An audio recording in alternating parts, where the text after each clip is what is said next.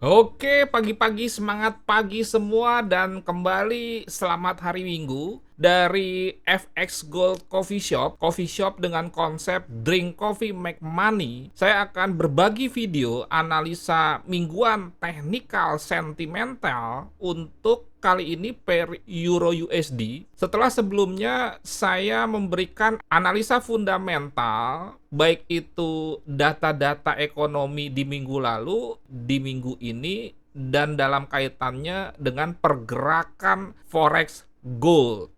Seperti biasa, kita akan mulai dulu dari analisa sentimental dengan melihat data Commitment of Trade atau COT dari website Bapepti-nya Amerika, yaitu cftc.gov.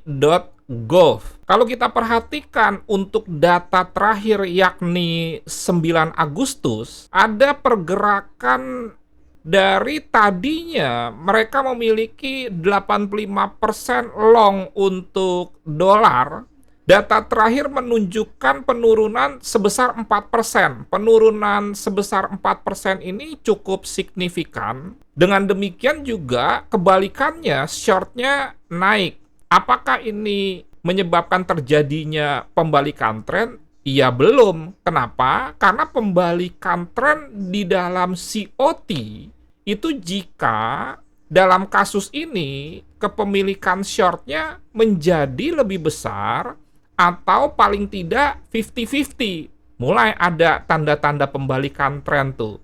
Dan sama seperti dalam analisa teknikal, dalam sebuah tren naik itu bukan garis lurus, artinya kalau kita perhatikan di sini, ini juga sempat 76, 77 naik, 76 lagi, ini naik. Demikian juga di data-data sebelumnya, ini 82 sempat turun ke 75, jadi seperti sebuah koreksi dalam analisa teknikal. Dan berkurangnya kepemilikan institusi besar terhadap posisi long ini sejalan dengan analisa teknikal di mana memang di minggu lalu dolar itu mengalami koreksi penurunan. Lantas bagaimana jika kita bandingkan dengan euro itu sendiri? Terjadi juga perubahan tetapi tidak besar. Kepemilikan long itu naik hanya 1% saja.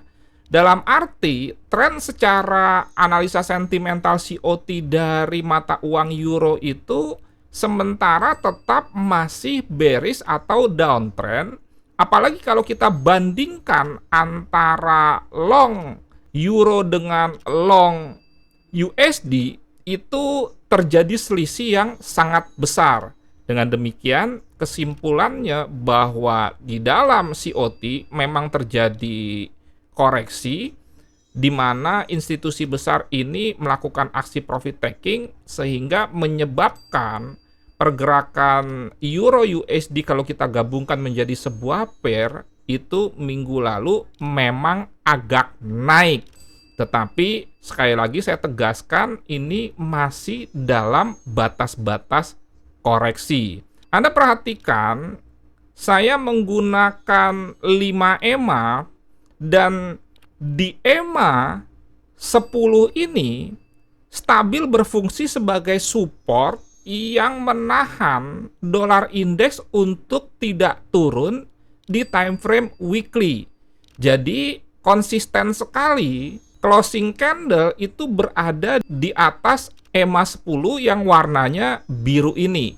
Kemudian kita langsung bandingkan saja dengan euro USD. Ingat, korelasi antara dolar indeks artinya dolar dibandingkan dengan 6 mata uang bukan komoditi seperti emas dengan dibandingkan euro USD itu berlawanan ya. Artinya kalau dolar indeks itu naik kemudian terjadi koreksi turun, berarti euro USD itu turun dan terjadi koreksi naik. Berarti ini tren euro USD masih terjaga downtrend karena masih stabil di bawah EMA 10 ini di weekly yang warnanya biru.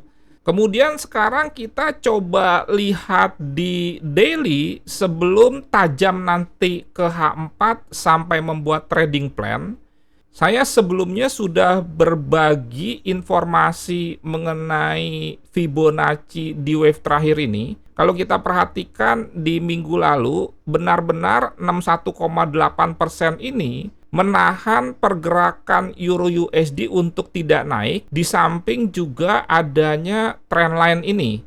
Trendline ini di satu sisi mirip seperti channel ya, tetapi bisa juga membentuk chart pattern DBW atau Descending Broadening Wedge. 61,8% itu 1.0360.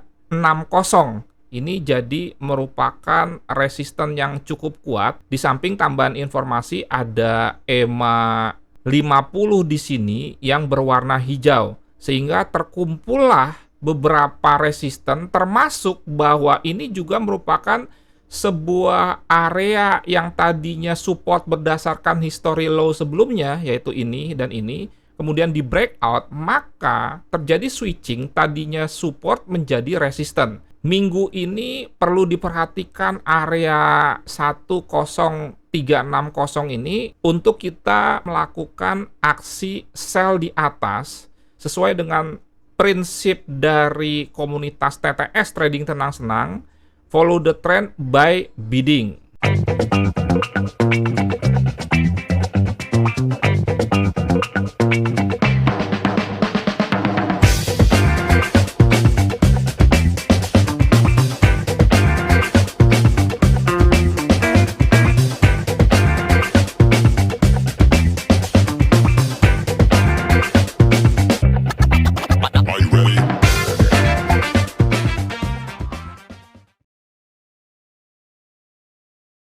Sekarang kita masuk lebih tajam lagi ke H4. Di minggu lalu, pending order konservatif entry kita itu tidak kejemput. Saya buka sejenak channel signal gratis premium ya, di mana saya memberikan signal itu ada dua, yang konservatif biasanya pending order limit dan agresif biasanya market execution, dan itu juga sudah saya tandai area-area buy dan sell-nya. Jadi minggu lalu kita sell limit di 1.0415 tetapi tidak kejemput. Salah satu alasannya karena minggu lalu itu range pergerakan Euro USD kecil, dan itu biasa karena minggu-minggu setelah NFP paling tidak seminggu 2 minggu. Apalagi news yang berkaitan dengan euro itu tidak ada, karena news ini menggerakkan market sehingga menjadi lebih volatile. Kemudian saya merencanakan untuk melakukan sell limit, yaitu kira-kira di 1.0460. Karena pertama, ini ada yang disebut dengan area base, yaitu area supply, di mana di sini ada bearish engulfing, candle ini menelan candle ini, dan saya jadikan ini area, ini low-nya, ini high-nya, dan saya tambahkan sedikit ke atas karena ini history high sebelumnya. Artinya akhirnya membentuk area gabungan base atau supply dan history high di sini, sehingga saya tetapkan sell limitnya 1.0460. Untuk lebih lengkapnya kita double klik ini, sell limit di 1.0460, kemudian juga SL-nya 100 pip 1.0560, kemudian TP-nya 10260, RR-nya 1:2. Ingat biasanya saya entry 2 posisi. Kemudian kira-kira di mana untuk area trading agresifnya? Ini bisa diperhatikan area 1.0365. Ada laporan ke saya di minggu lalu, ada yang entry karena ini tidak berhasil di breakout, tidak ada closing candle di atas ini, maka melakukan sell di 10365 dan mendapatkan profit sampai 100 pip. Kemudian kalau Anda perhatikan di minggu lalu ini memang ada saya kasih marking 1.0290.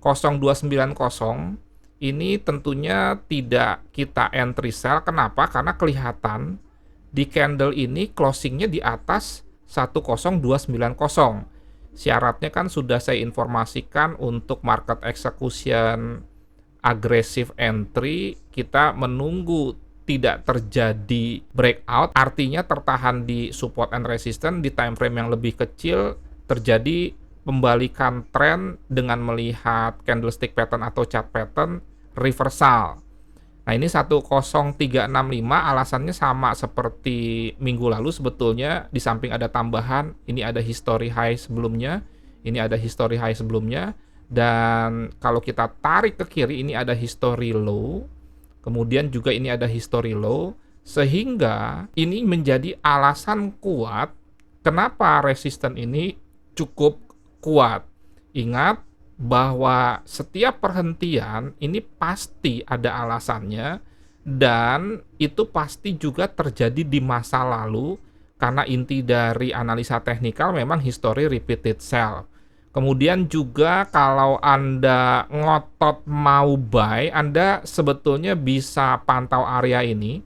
Area ini tadinya area sell karena ada history high ini beberapa, termasuk ini di breakout di sini.